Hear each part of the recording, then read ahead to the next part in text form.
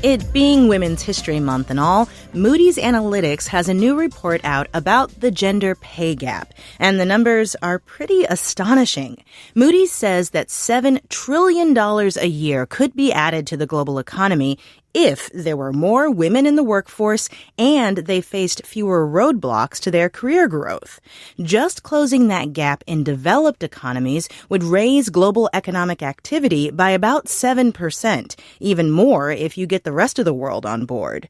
In other words, closing the gender gap wouldn't just benefit individual women. As Marketplace's Stephanie Hughes reports, it would also benefit everyone.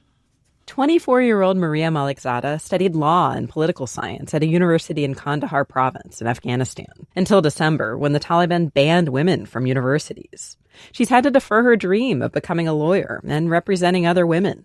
I wanted to become their voices in Kandahar, but now I need someone to work for me and raise my voice. She's also had to defer her dream of more money. She works from home for an NGO, but she's worried that work won't last. Afghanistan offers some of the most extreme examples of the barriers that exist to women fulfilling their potential. Dawn Holland with Moody's Analytics, one of the authors of the new report, says women around the world are having a hard time getting into positions with more authority. There's this large pool of well-educated women ready to step into these positions.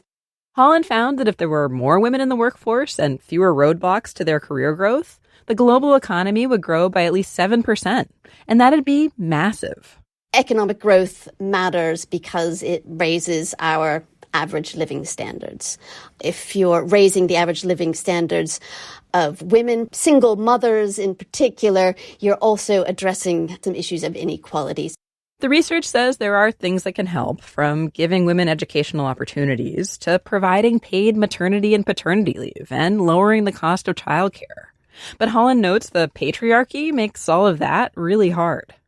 Essentially, it's deeply embedded into our social norms, which makes it extremely difficult to shift.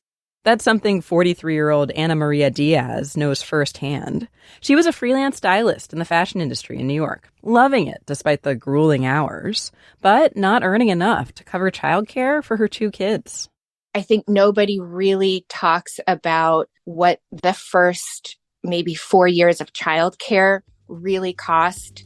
She ended up leaving her career, and now her household's down to one income. I'm Stephanie Hughes for Marketplace.